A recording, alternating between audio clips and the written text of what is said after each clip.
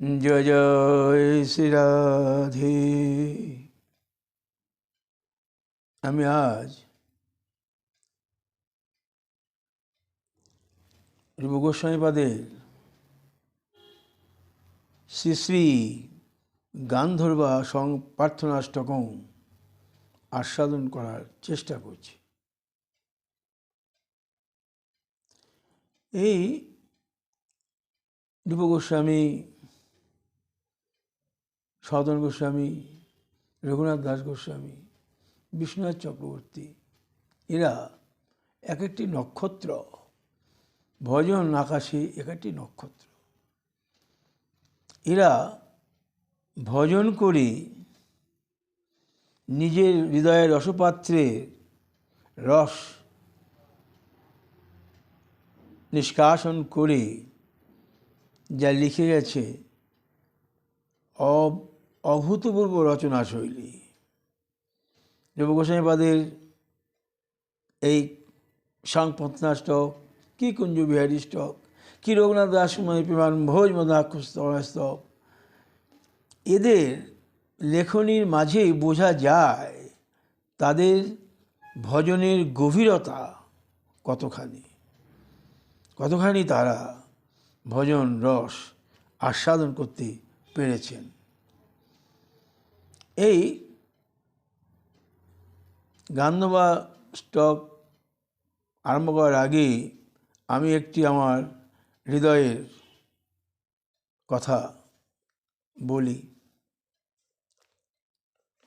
উঠিল রবি, চলিল শশী, ভরিল হৃদি প্রেম সুধায় ভরি, আসিল হরি বংশী বাদন করি, ভাসাইল মোর প্রেমের তরণী, রহিল পরি মনের দুর্বাসনাগুলি, দিল কত ভজনের সুরাবলি, মজিলে হৃদয় বহিল রস নদী, মজিল হৃদয় বহিল রস নদী, পরশিল শ্রী রাধার চরণ সুধারতি, উঠিল রবি, চলিল শশী, ভরিল হৃদি প্রেম সুধায় ভরি, আসিলেন হরি বংশী বাদন করি, ভাসিল মোর প্রেমের তরণী,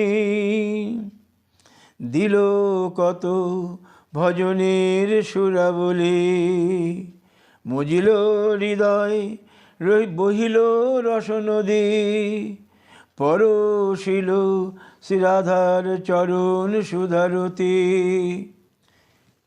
এক একজন ভক্তের হৃদয়ের রসপাত্র এমন, যদি করি আস্বাদন বুঝিব তখন কি রতন ধনে ধনী ছিলেন এরা তখন। এক একজন এক একটি উদীয়মান নক্ষত্র বিরাজিত গগনে। দেখুন, গান্ধর্বা সংপাঠনাষ্টকে প্রথমেই উনি বলছেন, বৃন্দাবনে বিরহ তরিহ কেলিকুঞ্জে মত্ত দ্বীপ প্রবারো কৌতুক বিভ্রমেণ, সন্দেহস্য যুবয় বদনাবিন্দ দ্বন্দ্বং বিদেহি মই দেবী কৃপাং প্রসূদ, মই দেবী কৃপাং প্রসূদ।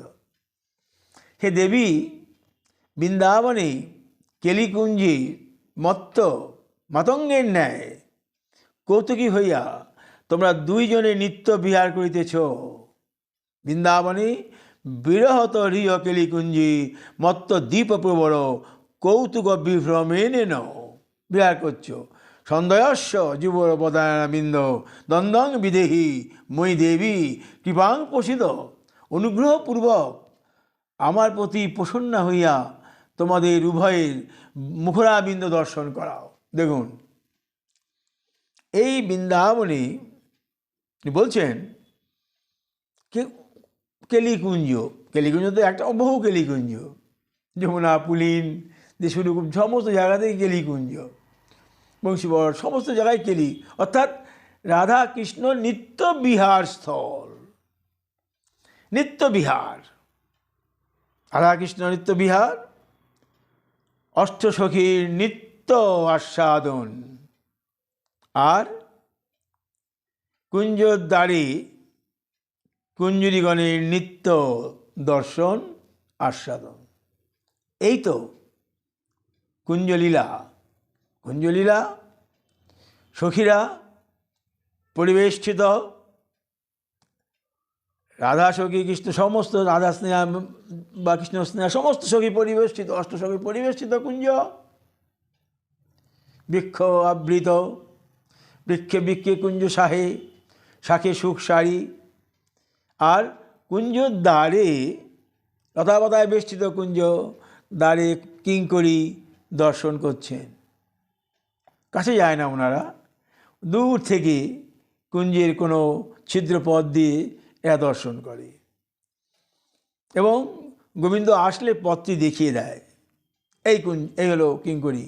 তো উনি বলছেন, কেলিকুঞ্জে মত্ত মাতঙ্গের ন্যায় কৌতুকী হইয়া দুইজনে নিত্য বিহার করিতেছ, অনুগ্রহপূর্বক আমার প্রতি প্রসন্ন হইয়া উভয়ের মুখরাবিন্দ দর্শন কর। আমার প্রতি উনি উনি কিঙ্করী দাস্য, মনে অভিপ্রেত কিঙ্করী দাস্য চিন্তা করে বলছেন, তুমি আমায় এই কিঙ্করী দাস্য দাও, দিয়ে তোমার মুখরাবিন্দ, ওই প্রফুল্ল চিত্ত বদনাবিন্দ, কেলিকুঞ্জে তোমরা মাতঙ্গের ন্যায় দুজনে কত কথা কইছ তখন, কত মধুর আলাপনে ব্যস্ত তখন।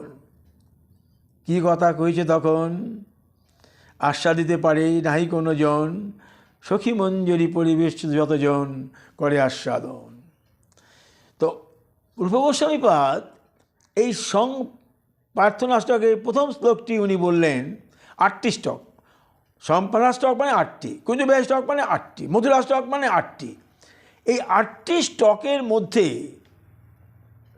এক একজনের ভাবনা শৈলী, এক একজনের অন্তরের যে গভীরতা, ভক্তি রসের যে গভীরতা, ভক্তি রসের যে প্রাবল্য, ভক্তি রসের যে বন্যা ধারা বয়ে যায়, ওইটি ওনারা লিখেন ক্ষীর সম আস্বাদন। তো উনি প্রথম শ্লোকটি বললেন, বৃন্দাবনে বৃহতরীয় কেলিকুঞ্জি মত্ত দ্বীপ প্রবর কৌতুক বিভ্রমেন সন্দেহস্য যুবয় বদনাবিন্দ দ্বন্দ্বং বিদেহী মই দেবী কৃপাং প্রসূত। হে দেবী, কৃপা করো বলে, কৃপা করে তোমাদের এই মত্ত মাতঙ্গের ন্যায় যে তোমরা কথা মত্ত মাতঙ্গের ন্যায় কেলিকুঞ্জে নিত্য বিহার করছো, নিত্য রসা সাধন করছো, হ্যাঁ, মধুর আলাপন করছো, তোমাদের এই মুখরাবিন্দ আমাকে দর্শন করাও। অনুমতি চাইছেন, কিঙ্করী ভাব, কিঙ্করী দাস্য দর্শন করাও। দ্বন্দ্বেং বিদেহী মই দেবী কৃপাং প্রসূত। কৃপা করি তোমার এই আনন্দময় আনন্দঘন মূর্তি মধুর আস্বাদনে পরিব্যাপ্ত যে মুখমণ্ডল, মুখশ্রী আমাকে দর্শন করাও। প্রথম শ্লোকটি উনি বললেন। এই প্রার্থনাষ্টকে দ্বিতীয় শ্লোকে উনি বলছেন, হা দেবী কাকু ভর গদ গদ গদ গদ আদ্য বাচা যাচে নিপত্ত ভূমি দণ্ডবৎ উদ্ভদ আর্তি অশ্ব প্রদাম্বুধস্য জনস্য কীত্বা গান্ধর্বিগে নিজ গণে গণনাং বিদেহী। রূপ গোস্বামীপাদের ধীরে ধীরে আগমন। উৎকলা বললে আগের দিন আমি বলেছিলাম কীভাবে উনি বৃন্দারানী, কীভাবে উনি আস্তে আস্তে সখী, কীভাবে আস্তে আস্তে উনি প্রণয়ীজন, কীভাবে আস্তে আস্তে সখা, প্রত্যেক কাছে চরণ দাস্য বিনা আমাদের ভজনে কোনো জায়গা নাই, সোজাসুজি যাওয়ার কোনো পথই নাই। আমরা যেমন গুরুচরণ আশ্রয় করে তবে ভজনে আসছি, এমনি আসতে পারছি না। কিন্তু আমাদের স্থানই হবে না। গুরুচরণ আশ্রয় না করলে আমাদের কোনো জায়গাই হবে না, ভজনের কোনো স্থানই হবে না। তেমনি রাধাদাস্য, তেমনি গোপীচরণ দাস্য, এই দাস্য বিনা আমাদের কুঞ্জের কোনো ব্যাপারেই আমাদের কথাই চলে না, চলবে না। এই মঞ্জুরি দাস্য, এই সিদ্ধ প্রণালী সাধক দেহে যখন আমি সাধন করছি নবদ্বীপে, সে তো আমার সাধক দেহের ভজন। গুরুচরণ আশ্রয় করছি, নিত্যানন্দ চরণ আশ্রয় করছি, গৌরাঙ্গের চরণ বন্দনা করছি। নবদ্বীপে আশ্রয় তত্ত্ব নিত্যানন্দ, আর সম্বন্ধ তত্ত্ব আমার গৌরাঙ্গ। কিন্তু বৃন্দাবনে প্রবেশ যখন আমি করছি, রাধা দাস্য বিনা কোনো কাজ হবে না। রাধারানী চরণ দাস্য, গোপীচরণ দাস্য বিনা আমি বসতেই পারবো না ওই কুঞ্জের কোনো দ্বারে, কোনো জায়গায় ভাবতেই পারবো না, আমি অসম্ভব ভাবনা। তো ওই রাধা দাস্য রূপ গোস্বামী বাদে সকলেই, শুধু রূপ গোস্বামী বাদ আমি বললি, এখন রূপ গোস্বামী বর্ণনা করছি, যখন আমি দেখবেন বর্ণনা করছি বিশ্বনাথ চক্রবর্তী পাদ, বর্ণনা করছি আমি রঘুনাথ গোস্বামী পাদ, এরা এক একজন এক একটি নক্ষত্র, এদের হৃদয়ের রসপাত্র এত গভীর, এদের বর্ণনা শৈলী এত সুন্দর, এক একজন এক এক দিকে দিকপাল হয়ে চলেছেন। কেউ কোনো অংশে কারো অপেক্ষা কম নয়। তো দ্বিতীয় শ্লোকে উনি বললেন, হে দেবী, হে গান্ধর্বীগে, আমি অত্যন্ত মূঢ়, এক্ষণে ভূমিতে দণ্ডবৎ নিপাতিত হইয়া অতিশয় কাকুতি সহকারে গদগদ বাক্যে তোমার নিকট এই প্রার্থনা করিতেছি, তুমি প্রসন্ন হইয়া তোমার নিজ পরিকরের মধ্যে গণনা করো। দেখুন, কারা পরিকর? তার সখী, তার কিঙ্করী।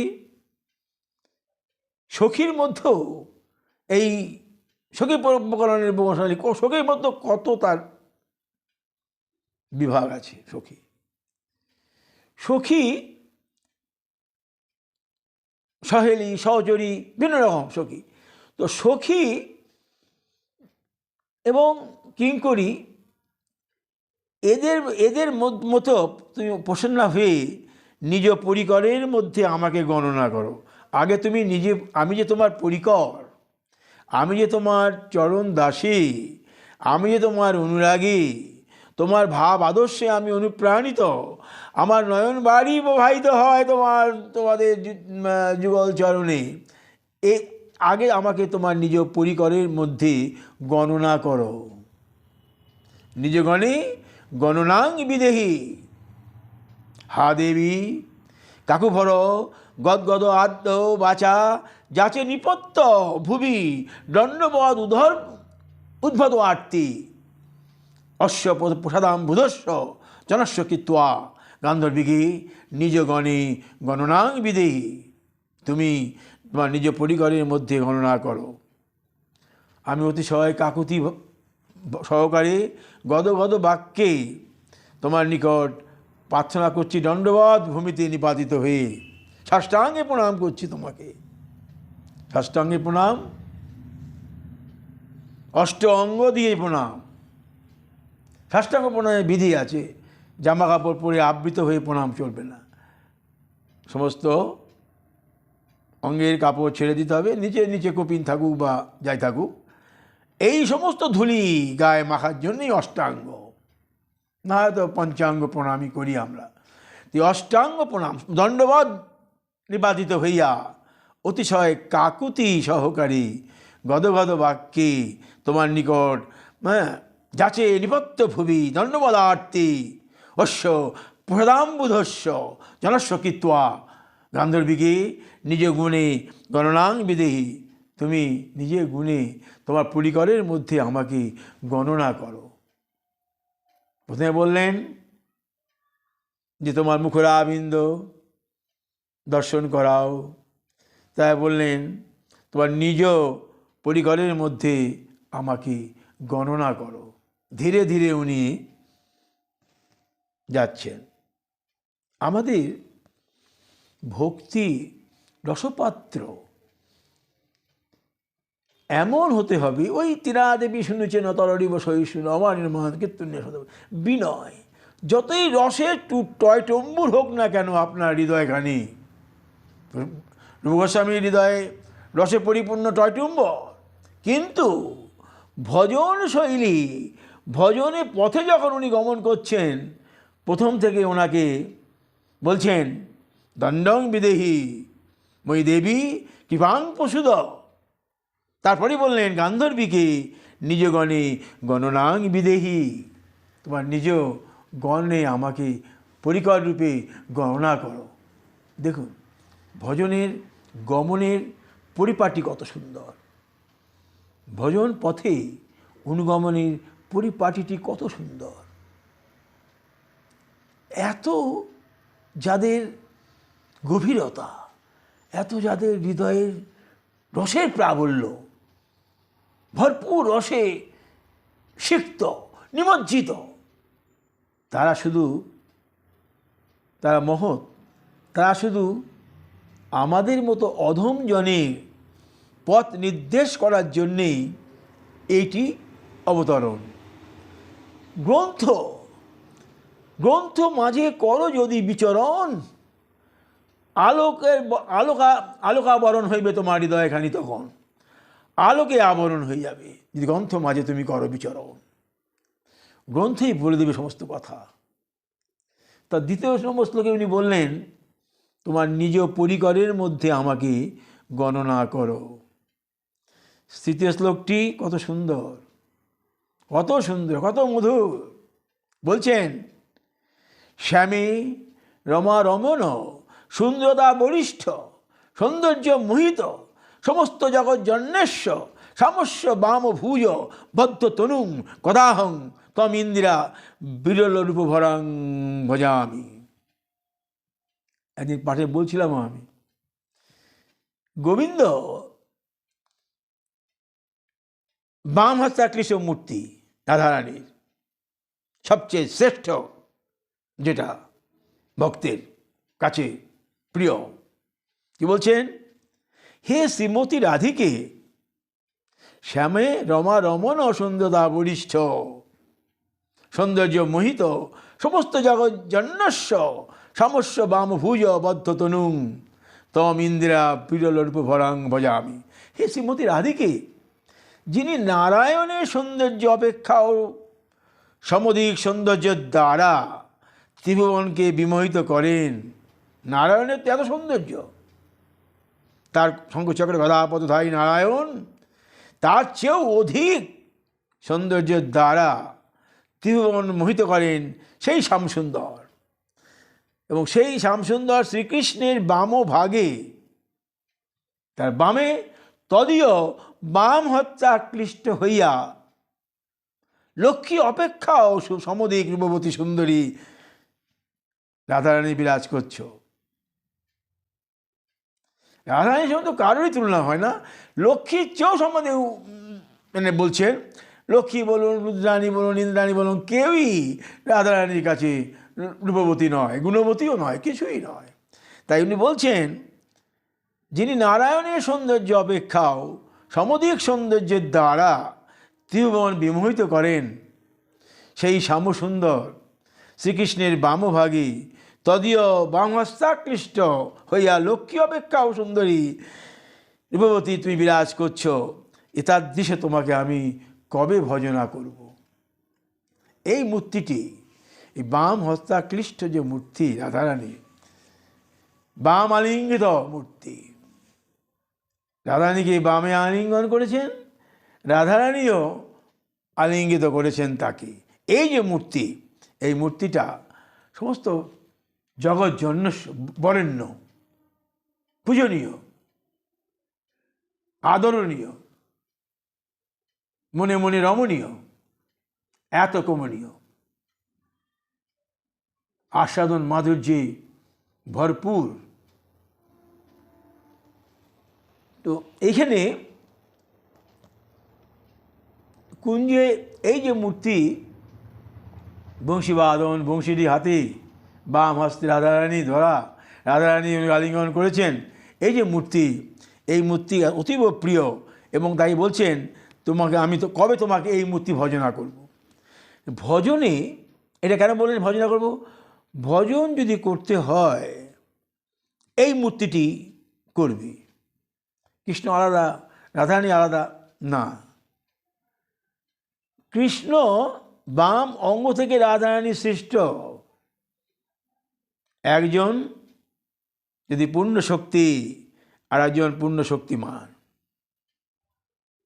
অভিন্ন দেহ, লীলারস আস্বাদনে ভিন্ন দেহ করেন, গোলক কথা ছেড়ে দিন ওখানে বসতি করেন, রাধা কৃষ্ণ বসতি করেন। এইখানে লীলা আস্বাদন যখন হচ্ছে তখন এই মূর্তিটি রাধা কৃষ্ণ বাম হস্তাকৃষ্ণে জড়িত রাধারানী, এই মূর্তিটি ভজনা করবে। এটাই উনি বললেন কবে আমি তোমাকে ভজনা করব, অর্থাৎ এই মূর্তিটি অতিশয় ভজন প্রিয়, ভজন রসিক, এইটিকে ভজনা করো। রঘুনাথ রূপ গোস্বামীপাদের এটি কথা, কবে আমি তোমাকে এইটি ভজনা করব, সাধনা করব।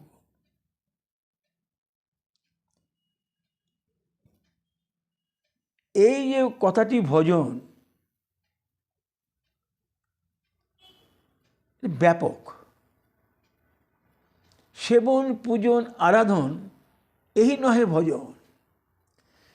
নিত্য নৈমিত্তিক সেবন পূজন আরাধন এই নহে ভজন। এ তো আছেই, নিত্য সেবন পূজন আরাধন তো করছি, ভজন সাধ্যের সঙ্গে আমার নৈকট্য আস্বাদন, আমার সঙ্গে সাধ্যের নৈকট্য আস্বাদন। কতখানি আমি করতে পারি রমণ প্রেম ভাব সুধায়, তখন প্রেম ভাবে সুধায় কতখানি করিতে পারি রমণ, কতখানি কতখানি মধুর আস্বাদনে আমার মন লিপ্ত তখন। এটি হচ্ছে ভজনের পরীক্ষা। নিয়মিত মালা করলাম, সেবা করলাম, আরতি করলাম, তুলসী দিলাম, এটা ভজনের অঙ্গ। কিন্তু ভজন পরিপাটি যখন হবে তখন আপনার বুঝতে হবে কতখানি নিত্য বস্তুর সঙ্গে আপনার নিত্য সম্পর্ক নৈকট্য আস্বাদন করতে পারছেন, আপনি কতখানি নৈকট্য আস্বাদন করতে পারছেন, কতখানি মধুরভাবে আপনার চিত্ত বিগলিত হচ্ছে, নয়ন বাড়ি প্রবাহিত হচ্ছে, এবং আপনি কতখানি মধুর আনন্দ তৃপ্তিতে মগন, মধুর আনন্দে মগন। এটি হচ্ছে আপনার ভজন। সেবন পূজন আরাধন বন্দন ভজনের অঙ্গ এমন, ভগবানের সঙ্গ এমন, কিন্তু ভজনের পূর্ণাঙ্গ রূপ হচ্ছে তোমার রসাস্বাদন, সাধ্যের সঙ্গে আমার নৈকট্যের আস্বাদন। কতখানি আমার চিত্ত রসায়িত, রাধা কৃষ্ণের রসায়নে রসায়িত, এটা আত্ম অনুভূতি, নিজস্ব অনুভূতিতে কতখানি আমি করতে পেরেছি, সেই আস্বাদন, এটাই হচ্ছে ভজন। এই ভজনটি অর্জন করতে পারলে চরণ দাস্য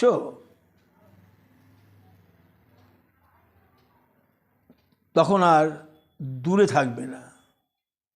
চরণ দাস্য বিনা তো কিছু হতেই পারে না।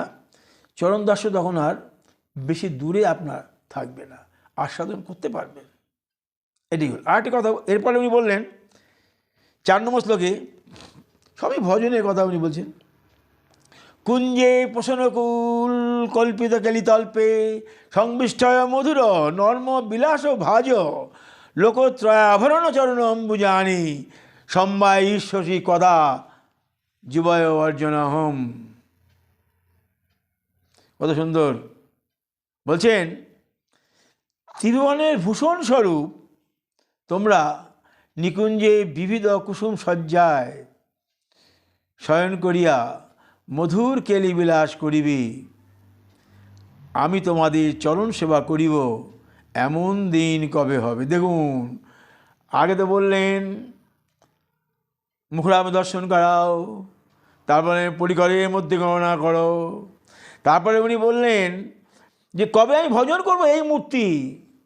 দেখুন কিভাবে ওনারা রসে টয়টম্বুর, কিন্তু আমাদের ভজন মার্গে প্রবেশের কথা কিভাবে বলেন। এর আগের দিন আমি উত্তরা পল্লীর থেকে কতগুলো বলেছিলাম আপনাকে, কীভাবে উনি বলেন। দেখুন কোথায় এগিয়ে এলেন, এখন কোথায় ছিলেন, কোথায় এগিয়ে এলেন। উনি কী বলছেন? বিবিধ কুসুম সজ্জায় রচিত, বিবিধ কুসুম সজ্জা মানে নবকিশলয়ে রচিত, খুব ছোট ছোট কিশলয়, সে ছোট কিশলয় পুষ্পের পরাগ রেণু দিয়ে বিছানা, কোমল বিছানা সজ্জিত। তাই বলছেন কবে কুসুম সজ্জায় শয়ন করিবেন এবং মধুর কেলিবিলাস করিবেন, আর আমি তোমাদের চরণ সেবা। কত এগিয়ে গেলেন, যে চরণ সেবা করছে কোথায়, রাধা কৃষ্ণ মধুর কেলিবিলাস শয্যায় শায়িত, মধুর কেলিবিলাস, সেইখানে উনি প্রবেশ করি চরণ সেবা করতে পারবো, এমন দিন কবে আমার হবে। এটা কল্পনা করছে, এমন দিন কবে আমার হবে। কোথায় এগিয়ে গেলেন? কুঞ্জের দ্বারে কিঙ্করী নয়, একেবারে অষ্টসখী মঞ্জুরে পরিবেশিত জায়গায় কবে আমি তোমার চরণ সেবা করব। এই কুঞ্জ, কুঞ্জ রাধাকৃষ্ণের কেলিবিলাস, কখনো দোলায় দুলছেন, কখনো মধুর কথা বলছেন, কখনো শয়ন করছেন, এই চিন্ময় স্বরূপ। এইখানে ভাবতে হবে যে কথাগুলো বলছে কে, ওই চিন্ময় স্বরূপ অপ্রাকৃত দেহ অর্জন করতে পেরেছে বলেই চরণ সেবা করতে পারছে, প্রাকৃত দেহে নয়। সিদ্ধ স্বরূপের চিন্তন, সিদ্ধ স্বরূপের ভজন, বৃন্দাবন মানে, বৃন্দাবনের কেলিকুঞ্জ যখনই চিন্তা করবেন তখনই সিদ্ধ স্বরূপের ভজন, ভুলে যান প্রাকৃত দেহ, তখন নারী দেহ। বৃন্দাবনে কোনো পুরুষ নাই একমাত্র গোবিন্দ ছাড়া।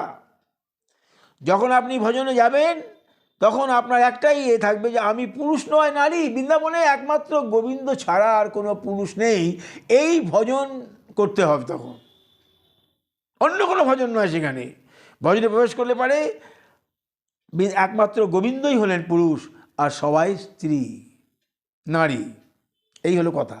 তো এইখানে উনি বলছেন লোকত্রয় আভরণ চরণাম্বুজামি সময় শশী কদা যুবয় অর্জন হম, আমি কবে এইটা আমি পদসেবা করব। তোমরা দুজনে নবকিশলয়ে শায়িত, নবকিশলয়, ছোট কিশলয়, নরম পুষ্প পরাগ, বিভিন্ন কুসুম সজ্জায় আমি উনি সজ্জা করে দেয়, সখীরা, সখীরা এটা সজ্জা করে দেন, রাধাকৃষ্ণ শায়িত। ভাবছেন কবে আমি তোমার চরণ দুটি আমি সেবন করব।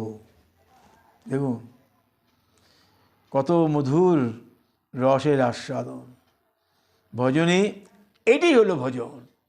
ওই সেবন পূজন আরাধন, এটা নিত্য নৈমিত্তিক সাধন অঙ্গের একটা ভূষণ, কিন্তু ভজন যখন হবে তখন হচ্ছে গিয়ে সম্বন্ধের সঙ্গে আমার কতখানি মনন, কতখানি নৈকট্যের আস্বাদন, কতখানি হলো রসের রসায়ন, কতখানি আমি তৃপ্তি অর্জন করতে পারছি, সেই রসে নিমজ্জিত হয়ে কতখানি আমার তৃপ্তি হচ্ছে, সাধন হচ্ছে, এটি হচ্ছে ভজন।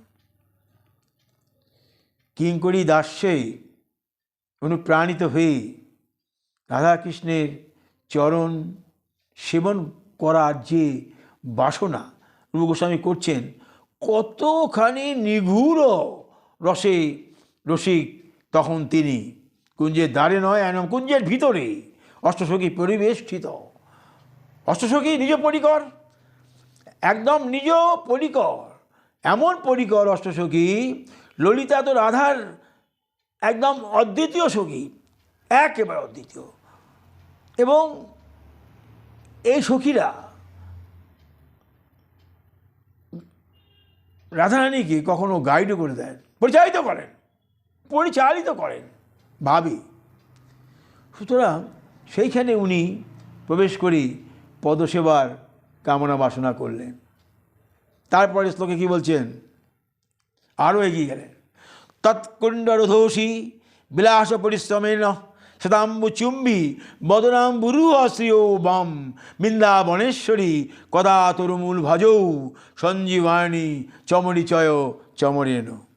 আরও এগিয়ে গেলেন, হে বৃন্দাবনেশ্বরী কন্দপ্য কেলি শ্রম বশত। দেখুন, আগে উনি বললেন তোমরা যখন কেলিবিলাস করবে, হ্যাঁ, সেই সময় আমি সেবা করব। এখানে কিন্তু বলছেন কন্দপ্য কেলি শ্রম বশত, অর্থাৎ কন্দপ্য কেলি পূর্ণ, ক্লান্ত, অবসন্ন। শ্বেতাম্বু তোমার বইছে, ক্লান্ত। কন্দপ্য কেলি শ্রম বশত, তোমাদের বদম্ব কমল ঘর্মজলে সিক্ত হইলে শান্তি দূর করবার নিমিত্ত তদীয় পুণ্য তীরবর্তী তরুমূলে তোমরা উপবেশন করিবে। ঈদৃশ অবস্থায় তোমাকে কবে আমি চামর ব্যজন করব। ভাবের গভীরতা দেখুন, যে কন্দপ্য কেলি শ্রম বশত, শান্তি বশত মুখরাবিন্দে শ্বেতাম্ব বিম্বু পরিবেশিত, শ্বেতাম্বু বিম্বু বাড়ি বর্ষণ হচ্ছে। তো এই শান্তি দূর করবার নিমিত্ত তোমরা ওই কুঞ্জ তীরবর্তী কোনো কুণ্ড আছে, সেখানে বসে কোনো বৃক্ষের তলায় তোমরা শ্রম বিনোদন করছো। সেই সময় দেখুন, সেই সময় ঈদৃশ অবস্থা, যেখানে তুমি শ্রান্ত ক্লান্ত এবং কুণ্ড তীরে তুমি বসেছ, কোনো তরুমূল ভাজৌ, তরুমূলের তলায় তোমরা বসে আছো, আমি কবে ঈদৃশ অবস্থায় তোমাকে চামর ব্যজন করব। ভাবের গভীরতা, রস আস্বাদনের গভীরতা, এটা রস আস্বাদন অপরিমিত, কোনো পরিমাপের বস্তু নাই, ভাবের কোনো পরিমাপের বস্তু নাই। আগের দিন বলেছি, কোনো কিছুতেই ভাবের পরিমাপ হবে না। কার ভাব কতখানি পরিমাপ করো, অসম্ভব। কার ভাব কতখানি আস্বাদন করো, নিজের চিত্তে অনুভব করো, রসায়ন করো, অনুভব করো যে কার ভাবটি কেমন, যতটুকু পারো, অসম্ভব। রূপ গোস্বামীপাদ রঘুনাথ গোস্বামী প্রেমাম্ভোজ মদনাক্ষ স্তোত্র আস্বাদন করতে গেলে ওই কিঞ্চিত যদি পারা যায়, অসম্ভব। সুতরাং এই রসিক জনার রসের আস্বাদন যদি নিত্য পাঠে বস্তু, এগুলো নিত্য পাঠ করতে করতে শরীরে এটা, অন্তরে এটা রমণ করতে করতে রসের আস্বাদন হবে। দেখবেন আপনি এই বলবাচার্য বললে, দেখুন কীরকম তার বাজে, অধরং মধুরং বদনং মধুরং নয়নং মধুরং হসিতং মধুরং হৃদয়ং মধুরং গমনং মধুরং মধুরাধিপতের অখিল মধুর। আমার বলার উদ্দেশ্য, এক একজনের ভাবের গভীরতা, এক একজনের চিত্তের গভীরতা, রসায়নের গভীরতা এমন, তারা লিখে গেছে আমাদের তরে করো আস্বাদন, হৃদয়ের গভীরে কর রসায়ন, যদি কিছুটা হয় তোমার চিত্তের শোধন। যত হইবে চিত্তের শোধন, যত করিবে তুমি রতিরমন, তত হইবে তোমার হৃদয়ে চিত্তের আস্বাদন। এই বলি, এখন যত করিবে রতিরমন, যত করিবে রসায়ন, চিত্তের মধ্যে উদ্বেলিত হইবে যখন তোমার মনের ভাব চেতন, উন্মোদনায় ভাসিবে তখন হইবে তোমার পূর্ণাঙ্গ আস্বাদন। এই যে রসায়ন, আস্বাদন, এই বস্তুটি চিত্তের মধ্যে প্রবেশ করতে গেলে নিত্য এই রসিক জনার লিখিত যে অষ্টক নিত্য পাঠ করতে হয়। আর গুরুদেব বলেছিলেন নিত্য পাঠ করবে, তখন তো অত বুঝি নাই, নিত্য পাঠ করে গেছি, তখন তো জ্ঞান ছিল না, আজ থেকে 20, 30, 40 বছর আগে নিত্য পাঠ করেছি, নিত্য মুখস্থ করে গেছি, এই পর্যন্তই। তো এইগুলো যে ওনারা বলে গেছিলেন যে নিত্য পাঠ করবি, নরসিংহ নিত্য পাঠ করবি, গোপাল সহস্রনাম নিত্য পাঠ করবি, বুঝি নাই, করে গেছি, যতটুকু পেরেছি মুখস্থ করেছি, বা গীতা পাঠ মুখস্থ করো, আমি করে গেছি, যতটা পেরেছি করেছি। গুরুদেব বলেছিলেন সম্পূর্ণ গীতা মুখস্থ তোমার পক্ষে সম্ভব নয়। আমি কয়েকটা অধ্যায় করে বাবাকে বললাম, বলে এটা সম্পূর্ণ নয়, উল্টোপাল্টা হয়ে যাবে, 1টা শ্লোক 8টা শ্লোকে ঢুকে যাবে। তখন তো কিছু বুঝি নাই, আরে মুখস্থ করবো। কিন্তু এই যত গুরু কৃপা বর্ষণ হলো, যত নিজেকে বিনয় সহকারে তাদের চরণ রতি হৃদয়ে ধারণ করে যত এটাকে রমণ করা যাচ্ছে, তত দেখবেন কোথায় ছিলাম, কোথায় এলাম, কোথায় ছিলাম, কোথায় ওনার চরণ রতি আমাদের এনে দিল, এটা মনে হবে তখন। এদের এত শক্তি যে দেখুন, তৎকুণ্ড রোধসী বিলাস পরিশ্রমেন শ্বেতাম্বু চুম্বী বদনাম্বুর শ্রী উমাম। এই রতি কেলি করে তোমরা ক্লান্ত, শ্বেতাম্বু বইছে, ঘর্মজলে ক্লান্ত, এবং বৃন্দাবনেশ্বরী কদা তৃণমূল ভাজৌ, মানে তোমার এই কুণ্ডের তীরে কোনো জায়গায় বৃক্ষ মূলে তোমরা বসে আছো। রূপ গোস্বামী বলেছেন পিঠে পিঠ লাগিয়ে, ওনার যে গ্রন্থ আমি দেখেছি, দুজনের পিঠে পিঠে বসে আছেন। ভাব তো তোমরা বসে আছো, তাহলে এই রকম অবস্থায় ওনারা তো বায়ু সেবন করার জন্যই বসেছেন। এই রকম অবস্থায় সঞ্জীব জয়ামি চামড়ি চেন চমরেন, আমি চামর দ্বারা কবে ব্যঞ্জন করব, কবে তোমাকে এরূপ সুখাস্বাদন দেব, তোমায় সুখাস্বাদন দেব, এটাই আমার মনের আস্বাদন। একটা জিনিস মনে রাখতে হবে, আমি বারবার বলি, গোপী প্রেম কৃষ্ণ সুখের জন্যই। কৃষ্ণ সুখ ভিন্ন, অন্য সুখের চিন্তন তাদের নাই, অন্য সুখের চিন্তন আস্বাদন তাদের নেই। গোপী প্রেমে যদি আপনি অভিভূত হন, কৃষ্ণ কতখানি সুখী। কৃষ্ণ একটা গোপীকে চুম্বন করলে গোপী ভাবে কতখানি কৃষ্ণ সুখী হলো। এই রসায়ন, এই আস্বাদন, গোপী প্রেম এক জীবনে হবে না, শত জনম গেলেও গোবিন্দের পার্শ্বদ বলে তারা পাচ্ছে। গোবিন্দ যখন আগমন করেছিলেন, সমস্ত পার্শ্বদ নিয়ে এসেছিলেন। মহাপ্রভু যখন নবদ্বীপে এসেছিলেন, সমস্ত পার্শ্বদ নিয়ে এসেছিলেন। তাই তাদের সঙ্গে সঙ্গকেলি করেছেন। গোবিন্দ পার্শ্বদেরই নিয়ে এখানে এসেছিলেন। কোনো গোপী তার পার্শ্বদ ভিন্ন নয়, লেখা আছে গ্রন্থে। কাত্যায়নীব্রত করছেন যারা, যত বৃন্দাবনের গোপী আছে সবাই তার প্রতিরূপে বর্ণনা করছেন। এবং উনি বলছেন, যোগমায়া বলছে, কাহারও নাহি স্পর্শ করার অধিকার তাদের। তখন প্রতিরূপ, প্রতি বিবাহ হয়েছে, সব কিছু হয়েছে, অভিমন্যুর সঙ্গে রাধার বিবাহ হয়েছে, কোনোদিন স্পর্শ করার অধিকার তাদের কোনো ছিল না, ভাবনায় তাদের ছিল না স্পর্শ করার, কেউ স্পর্শ করতে পারেনি গোবিন্দের অঙ্গে ভূষণ, অসম্ভব। সুতরাং এইভাবেই আস্বাদন, এইভাবেই চিন্তন করতে হবে। গ্রন্থ মাঝে যদি করো বিচরণ, তবে তো হইবে মধুর রসের আস্বাদন। পড়ো গ্রন্থ, দেখো গ্রন্থ, পাঠ করো গ্রন্থ, অবিরাম পাঠ করো, বচন করো। যত তুমি করিবে প্রবচন, যত দেবে প্রবচন, হইবে আস্বাদন, বাড়িবে তব মনোনিকেতন।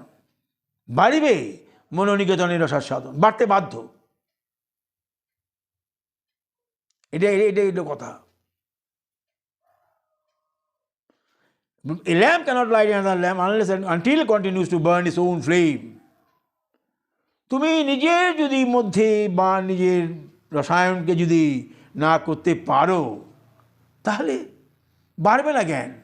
জ্ঞান বাড়াতে গেলে নিজেকে ওই কতটুকু আস্বাদন করেছো বলো, তুমি কতটুকু বলতে পারলে, কতটুকু প্রকাশ করতে পারলে নিজের মনের ভেতরের যে চেতন বস্তুটি কতটুকু নির্যাস রূপে বাইরে বার করতে পারলে, তখনই বোঝা যাবে তোমার অন্তর্নিকেতন কি ছন্দে বইছে তখন।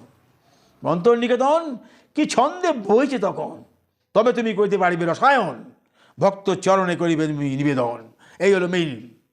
ভক্ত চরণে নিবেদন করতে গেলে তো অন্তরে রসায়নটি কতটি হয়েছে, সেই প্রকরণটি হইবে আস্বাদন।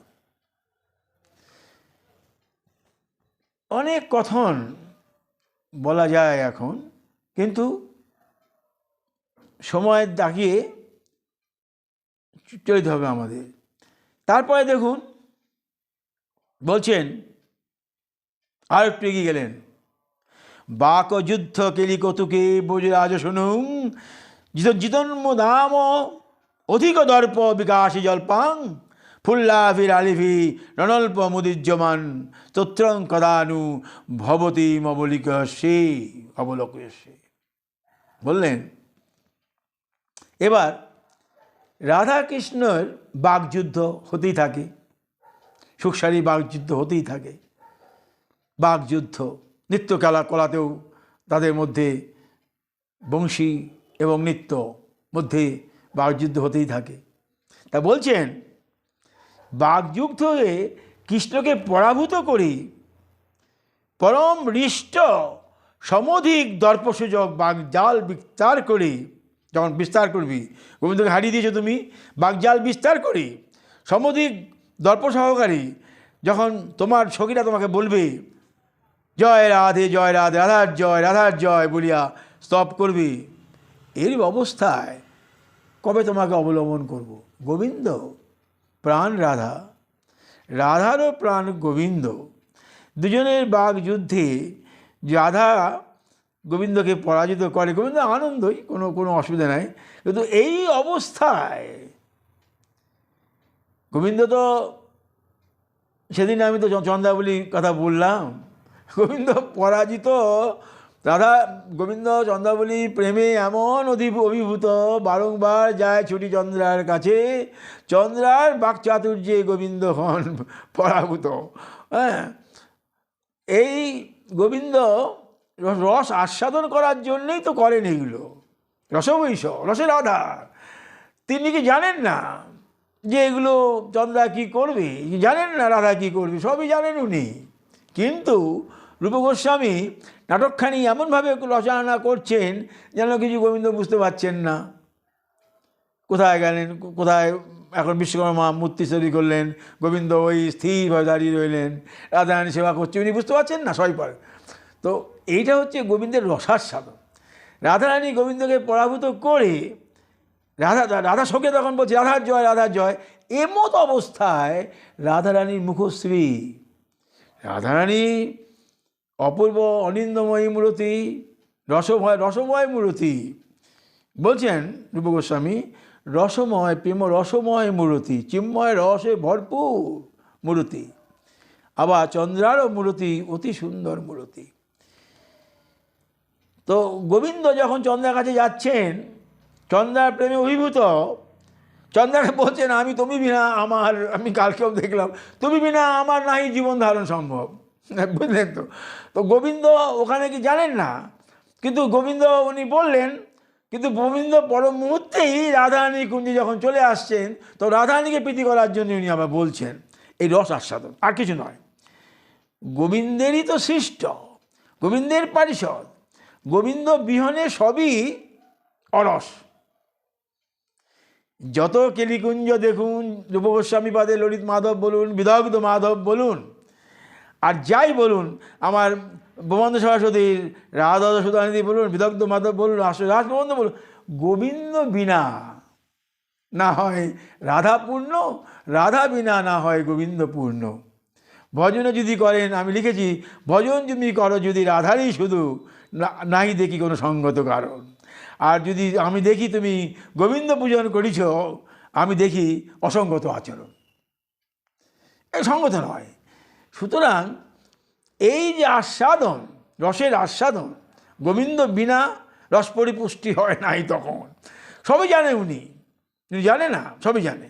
তো রাধার জয়, রাধার জয় বলে যখন চিৎকার করছে, রাধারানীর মুখাবহ, রাধারানীর অমন সুন্দর মুখ খানি গোবিন্দকে পরাভূত করার পরে আনন্দের আতিশয্যে তার মুখখানি কীরকম হলো, এই দেখার কামনা করছেন উনি।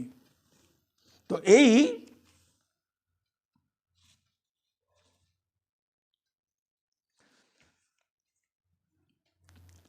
লাস্টে উনি বললেন, যো কোপি সুষ্ঠ বিশ্বভানু কুমারা কিয়া প্রার্থনাষ্টকামিদং পঠতি প্রবন্ন সা প্রেয়সা সহ সমর্থ ধৃত প্রমোদা তত্র প্রসাদ লহরী মুকরি করতি। এটাই মেন কথা। নিত্য যদি, উনি বললেন এই অষ্টকের কথা, যে কোনো অষ্টক নিত্য যদি পাঠ করা যায়, নিত্য আপনার হৃদয়ে রস বিন্দু বিন্দু করে প্রবেশ করবে এবং রাধাকৃষ্ণ সহ অচিরাত তার সম্মুখে আগমন করে তোমাকে প্রীতিবর্ষণ করবে। আমি সেই জন্যে এই অষ্টটা পাঠ করবো বলে আজই সকালে আমি এটি লিখেছি। উঠিল রবি চলিল শশী, ভরিল হৃদি প্রেম সুধা ভরি, আসিলেন হরি বংশী বাদন করি, ভাসিল মোর প্রেমের তরণী, রহিল পরি দুর্বাসনাগুলি, দিল কত ভজনের সুরাবলি, মজিল হৃদয় বহিল রস নদী, পরশিল শ্রী রাধার চরণ সুধারতি।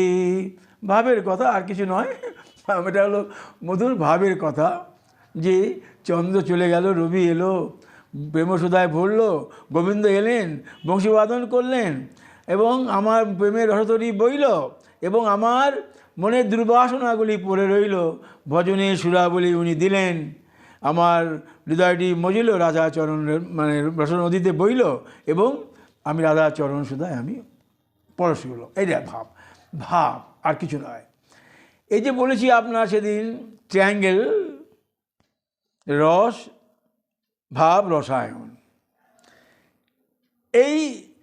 এটাই হলো অনুভূতি আস্বাদন রসায়ন। হ্যাঁ, সম্বন্ধ অভিধেয় প্রয়োজন। এই যে ট্রায়াঙ্গেল, এই ত্রিভুজ, এই ত্রিভুজগুলি আমাদের ভজনে খুব প্রয়োজন। একটি আর একটিকে সঙ্গে নিয়ে তৃতীয়টিকে ধরে। রস, রসায়ন, আস্বাদন।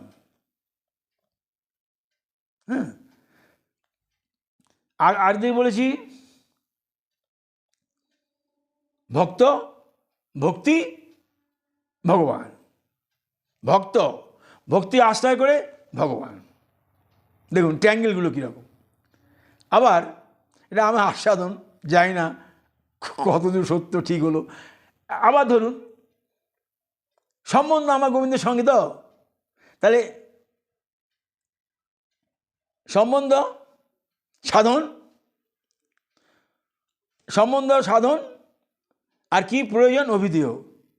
তাহলে সম্বন্ধ অভিধেয় প্রয়োজন, এও একটা ট্রায়াঙ্গেল, এটিও একটা ট্রায়াঙ্গেল। এই ত্রিভুজগুলোই আমাদের হৃদয়ের মধ্যে রসায়িত হতে হবে। যত রসায়িত হবে, গুরুর কৃপা চাই।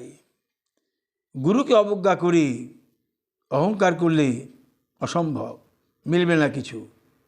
গুরু না থাকতে পারে, গুরু অপ্রকট হতে পারে। গুরুর চরণ করিবে স্মরণ, অজ্ঞানতিমিরান্ধস্য জ্ঞানাঞ্জন শলাকয়া চক্ষুরুন্মীলিতং যেন তস্मै শ্রীগুরবে নমঃ। গুরু ব্রহ্মা গুরু বিষ্ণু গুরুদেব মহেশ্বর গুরু সাক্ষাৎ পরম ব্রহ্ম তস্मै শ্রীগুরবে নমঃ।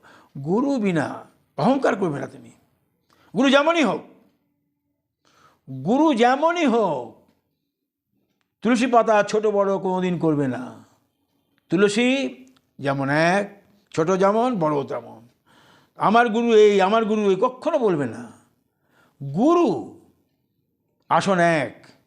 তোমার চিত্তে যদি মনে হয় এই ছোট এই বড়, অসম্ভব, অপরাধ হয়ে যাবে। তো সুতরাং গুরু চরণ যতই তুমি ভজনে এগো না কেন, তোমার জ্ঞানের আলোকে প্রথম ক্যান্ডেলটি উনি ধরিয়ে দিয়েছিলেন। উনি না থাকতে পারে, ভজন করে অনেক কিছু অর্জন করতে পারো, কিন্তু মনে করতে হবে তারই কৃপা। তার কৃপা বিহনে আমি এই করেছি ওই করেছি, অসম্ভব। তুমি জিরো হয়ে নরকে তোমার গমন হবে, নরকে গমন হবে। আমার গুরু এই করেছে ওই করেছে, গুরুর নিন্দা কেউ না করেন শ্রবণ। যা গুরু নিন্দা করে তাকে দর্শন পর্যন্ত করবে না। গুরু আমার এই করেছে সেই করেছে যদি তুমি এরকম ভাবতে থাকো, নরক যাও, একেবারে নরকে গমন। এটা একদম অবধারিত সত্য, কিছুই হবে না তোমার। তো গুরু যে কি ধন, চিনলি না রে মন, কত গান একজন করে গেছে। গুরু, গুরু কৃপা বিনা, রূপ গোস্বামী এরা তো মহাপ্রভুর কৃপা প্রার্থী, মহাপ্রভুর কৃপা। সুতরাং এরা প্রথম জীবনে বললেন মহাপ্রভুকে, যে মহাপ্রভুকে বললেন যে সংসার করেও কি ভজন করা যায়? বললেন হ্যাঁ। উনি বললেন, আরও ব্যাখ্যা করে বলেছেন, সেটা আজ আমি আগে অনেক করেছি। উনি ভজনে এলেন এবং উনি পণ্ডিত, বিদগ্ধ পণ্ডিত সংস্কৃতে। 10 দিন ওনাকে প্রয়াগে এই ভক্তি দত্ত রসদত্ত দিয়ে ওতেই উনি ওনার কৃপাতে সব কিছু ধরে নিলেন। কত বড় প্রশ্ন করলেন, তিতাব জ্বালা কেন আমাকে জড়ায়? তিতাব জ্বালা কেন জড়ায়? উনি বললেন, মহাপ্রভু তুমি সবই জানো সনাতন, তুমি এরকম পণ্ডিত, তুমি সবই জানো। আমাকে তোমার এই জানাটাকে দৃঢ় করার জন্যই তুমি আমাকে প্রস্তুতি করলে। তো উনি ওনাকে তো বললেন, আগে আমি বহু ব্যাখ্যা করেছি, যে গোবিন্দের চরণে উন্মুখ হলে পরেই এই তিতাব জ্বালা তখন থাকবে না, জর্জরিত হবে না। আজকে যে আমার যে বলার কথা, যে আমার চিত্তবৃত্তি, আমার মনেরও প্রবৃত্তি, দেহেরও নিবৃত্তি যদি না থাকে, আমি আগেও আমি বলেছি, হ্যাঁ, তাহলে কিন্তু হবে না। 2 ধরনের মতন লোক তো বললেন, জানা আমি ধর্ম নচেমে প্রবৃত্তি, আমার প্রবৃত্তি ছিল না, ধর্ম আমি জানি। জানা আমি অধর্ম নচেমে নিবৃত্তি, আমার নিবৃত্তি নেই। তয়া ঋষিকেশ হৃদি স্থিতেন, আমার হৃদয়ে বসে তুমি যা করেছো তাই করেছি। দেখুন, সারেন্ডার করতে হচ্ছে তাকে, শরণাগতি, সারেন্ডার। আমার হৃদয়ে স্থিতেন যথা নিযুত অস্মি তথা করবে, আমি তাই করেছি। আমরা যে চলছি, কার দ্বারা চলছি? তারই দ্বারা চলছি। যদি মনে করি আমি চলছি, অসম্ভব। যদি মনে করি আমি বলছি, অসম্ভব। এক বিন্দু ক্ষমতা নেই, একটি শ্বাস যখন তখন চলে যেতে পারে। কোথায় বলবে তুমি প্রবচন? যা উনি করাচ্ছেন তাই আমি করছি। যদি মনে করো আমি খুব বড় ভক্ত হয়ে পড়েছি, অসম্ভব। তোমার নরকে গমন অতি নিশ্চিত। যা উনি করাচ্ছেন এই তাই আমরা করে চলেছি। তাহলে কেউ কুকর্ম করছে, হ্যাঁ উনি করাচ্ছেন, যে সুকর্ম উনি করাচ্ছেন। কেন করাচ্ছেন? আমার প্রারব্ধ খণ্ডন। যতক্ষণ না আমার প্রারব্ধ খণ্ডন হচ্ছে ততক্ষণ কোনো উপায় নাই। এই যে একদিন বলেছিলাম পাঠে, শিশুপাল এত গালাগালি মন্দ, তোমার মতন অধম, তোমার মতন একটা গোয়ালা, তোমার মতন এত যে ওনাকে নিন্দা করত, এই সমস্ত রাজন্যবর্গের সামনে গোবিন্দ চুপ করে বসে থাকতেন। প্রশ্ন করা হলো যে আপনি এরম চুপ করে এত নিন্দা সহ্য করেন কেন? গোবিন্দ বললেন যে ওর মাকে আমি কথা দিয়েছিলাম, মা যখন বলেছিল ওকে দেখবে, আমি বলেছিলাম হ্যাঁ 100টি অপরাধ পর্যন্ত আমি ওকে কিচ্ছু বলবো না, 101 অপরাধ যখন হবে আমি আর ক্ষমা করবো না। এই গালমন্দ করতে করতে 101টি অপরাধ হলো, সুদর্শনকে ডাকলেন, ওনার গোলাতি ছেদন করে চলে গেল। সুতরাং যা করাচ্ছেন যথা নির্দিষ্ট অস্মি তথা করমি, যেটা উনি করাচ্ছেন সেটা করছি আমার প্রারব্ধ অনুযায়ী। যতটুকু বলাবেন আমি বলছি ওনা আমার প্রারব্ধ অনুযায়ী, আমার গুরু কৃপা অনুযায়ী। গুরু কৃপা ভিন্ন কোনো কিছু হবে না, এটা মনে রাখতে হবে। তো এইখানে আজকে যে আমি রূপ গোস্বামী পাদের অষ্টকটা পড়লাম, এর মূল কথা হচ্ছে যখনই আমি ভজনে প্রবেশ করলাম বৃন্দাবনে, ভালো করে শুন, বৃন্দাবনে প্রবেশ করছি যখন আমি রাধা ভজন বৃন্দাবনে প্রবেশ করেছি, রাধারানী চরণ দাস্য নিচ্ছি, তখন আমার দেহটি হয়ে গেল নারী দেহ। এই দেহটি হয়ে গেল নারী দেহ। সে নারী দেহের স্বরূপ গুরুদেব দিয়ে দেন, যার যা নাম সেই অনুযায়ী গুরুদেব একটি তোমাকে নাম দিবেন, সেই নামটি তোমার সিদ্ধ দেহ, অপ্রাকৃত দেহ, চিন্ময় দেহ। কতটুকু দেহ তোমার অপ্রাকৃত? অপ্রাকৃত মানে দেহ কাটলে রক্ত বেরোবে না, চিন্ময়।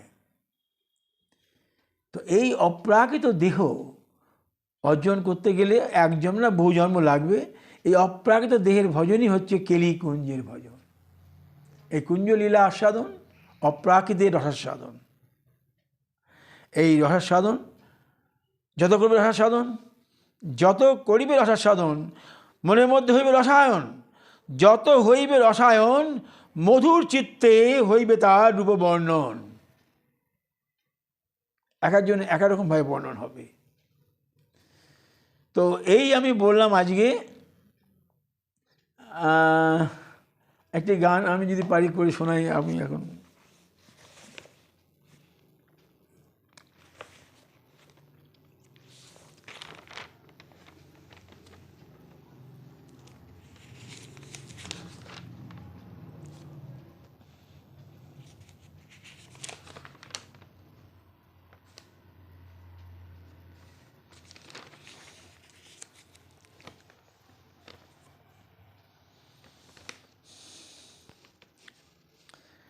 সাধনের সম্বল, সাধনেরও সম্বল নাহি হয় কম্বল। মহাপ্রভু বলেছিল কম্বলটাই তো মানে ছাড়ালো রূপ গোস্বামীকে, কম্বলটাও ছাড়িয়ে দিল। সাধনের সম্বল ছাড়ি দাও কম্বল, মনটি কর নির্মল, ধরো মনোবল। সদাচারের বল দিবে শক্তি বল, নিয়মের বল গুরু কৃপা বল। মহতের চরণ দল ধরিবে সাধনের বল, শাস্ত্র বল দিবে তব দিশা দর্শনের বল। আচরিত কর্ম বল দিবে প্রেম বল, আনন্দময় বল দিবে তব রাধার চরণ পদ্ম দল। মহাপ্রভু মানে লিখেছি কেন, মহাপ্রভু মানে ওই রূপ গোস্বামী কম্বলটিকে ছাড়িয়ে দিল। প্রথমে ছিল তো একটা ভোট কম্বল, সেটা থেকে এলো একটা ছেঁড়া কাঁথা গায়ে দিয়ে নিয়ে এলো, সেটিও মহাপ্রভু তাকাচ্ছেন, ওটিও রূপ গোস্বামী ছাড়ালো। দেখুন, সাধকের নাহি হয় সম্বল কোনো কম্বল, থাকবে না। সাধক সব কিছু ছেড়ে দিতে হবে, সব কিছু ছেড়ে দিতে হবে। মনের দুর্বাসনা, মনের যত কামনা, মনের অনিত্য ভাবনা, নিত্য সুখের ভাবনা অবলম্বন করতে হবে। নিত্য সুখ, রাধা গোবিন্দের সুখ, এটা ভাবতে হবে। অন্য কিছু ভাবলে চলবে না, অসম্ভব। যদি ভাবনা রাজ্যে অন্য কিছু এসে পড়ে তাহলে আপনার ভাবনা কলুষিত হয়ে গেল, সেই দিনটি আপনার মাটি হয়ে গেল। যদি সকাল থেকে রাত পর্যন্ত সেবন পূজন আরাধন ভজন যাই করছেন করুন, যেই চিত্তের বাসনা, যেই অন্য কামের বাসনা মনের মধ্যে প্রবেশ করলো, তখনই ওই দিনটি ভজন আপনার শূন্য হয়ে গেল, এগোতে পারলেন না। তো এই কামনা বাসনা মন থেকে দূরে সরিয়ে দিতে হবে। একটিমাত্র কামনা, কৃষ্ণ সুখের কামনা, রাধা সুখের কামনা। রাধা কৃষ্ণ সুখের জন্যই তো কামনা করে, ওই জন্যই খালি বলেন সমস্ত রসিক ব্যক্তিরা কৃষ্ণ সুখ কামনা। কৃষ্ণ সুখ কামনা মানেই রাধারানী যে সবসময় কৃষ্ণ সুখ, গোপীরা কৃষ্ণ সুখ। এই বিশ্ব ব্রহ্মাণ্ডে যত কিছু আছে, ব্রহ্মা বিষ্ণু মহেশ নারদ যত ঋষি, সব তো কৃষ্ণ সুখ।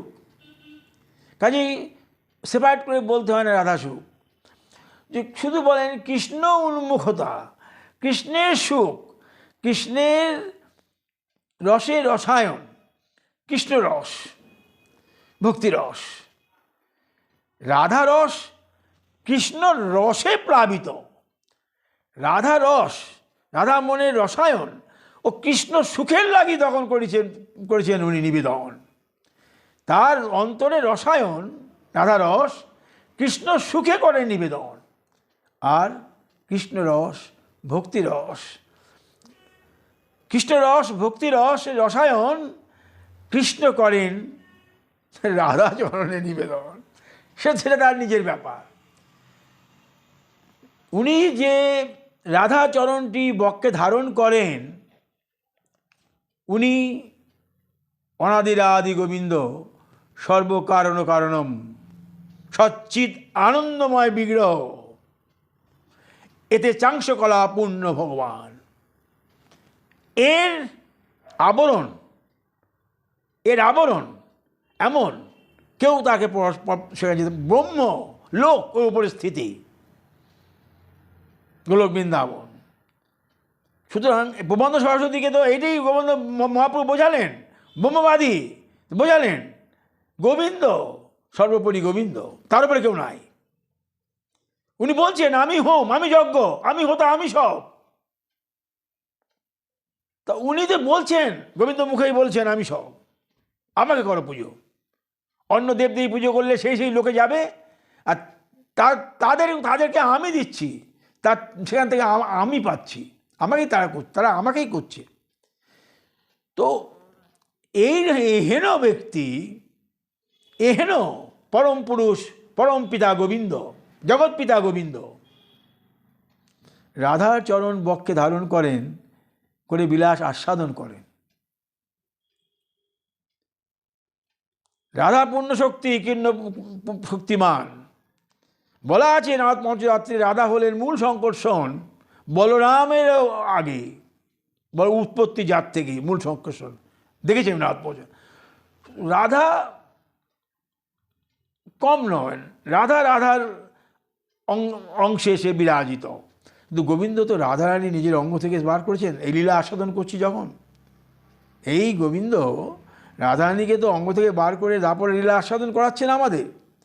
তো এহেন গোবিন্দ রাধার চরণ যখন বক্ষে ধারণ করছেন, উনি বিলাস আস্বাদন করছেন।